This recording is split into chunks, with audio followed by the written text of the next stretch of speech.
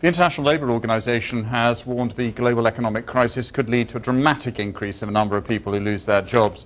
The ILO fears that many of the world's poor could join the ranks of the unemployed. And if the global economy worsens significantly, more than 50 million more workers could lose their jobs this year. Well, joining us live from Geneva is Lawrence J. Johnson. He's Chief of Employment Trends at the ILO. Can we talk geography? Where are these jobs being lost mainly at the moment? Well, if we see initially, we know that due to the subprime crisis in the United States, we started seeing the economy unravel at that point. Most of the unemployed are being concentrated initially in the industrialized economies, the U.S., Europe, Australia, countries of that nature. But as the economy worsens, the global impact plays out, we're seeing this number move into other regions. But it's not only the unemployed. We have to be careful there. It's also the ranks of the working poor. Unemployed is primarily an industrialized concept. In other parts of the world, we have different issues we need to address.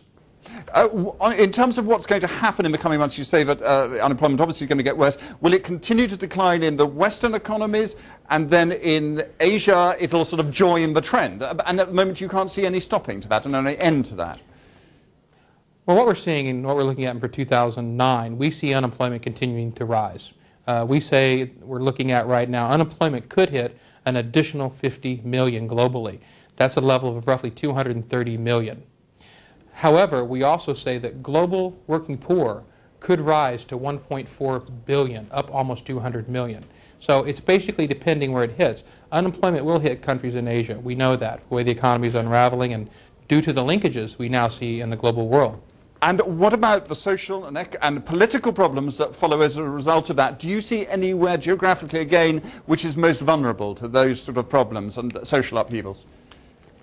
Well, once again, it's the different issues. In the industrialized economies, we have social safety nets, unemployment insurance, to help weather short-term issues. In other parts of the world, parts of Asia, unemployment insurance schemes do not exist. What we need to be looking at, these stimulus packages that are going into place, we need to ensure that they are linked together, because once again, we are in a global economy. When we do that as well, we need to look at the human aspect. How do we look at workers? How do we help them weather this storm? Do we put in place social protection mechanisms such as unemployment insurance? How do we address training, removing these people into other forms of employment? Once again, each country is going to have their own issues, and they're going to be unique, but we need to respond collectively. Okay, Lawrence Johnson, thanks very much indeed for that.